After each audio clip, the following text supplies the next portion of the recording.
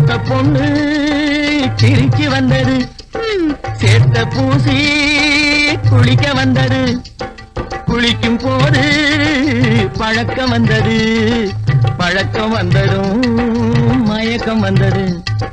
சிரிச்சு வந்தது, குளிக்க வந்தது, பழக்கம் வந்தது, மயக்கம் வந்தது. இந்த இங்கே பாரு தெரியும், கண்ணை இழுத்து வளைச்சு என்ன பாரு புரியும்.